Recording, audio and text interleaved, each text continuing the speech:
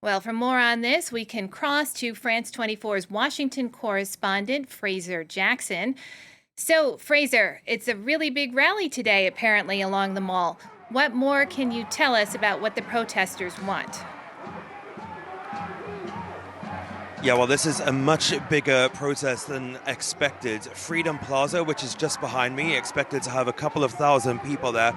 Tens of thousands showed up. They are now marching down the street away from the White House, heading towards the Capitol building kind of area. This is bigger than any other pro-Palestine protest that I've seen in the 2 or so weeks that I've been covering these protests. The couple that I've seen before were organized by pro-Jewish groups. This one is a much more broad coalition, a real mixture of people. We've seen a sea of flags here, people wearing the keffiyeh headscarves, that symbol of Palestinian resistance, and people praying in the streets, lying down on prayer mats to pray during the middle of this protest movement. We've seen lots of Palestinian Americans, but not just Palestinian Americans. It's been a significant chunk of people here who are young people, it must be said. A lot of them have been under the age of 30, I would say, and also some Jewish groups as well who are showing support for the Palestinian cause. We've also seen a couple of signs saying Latinos for Palestine as well.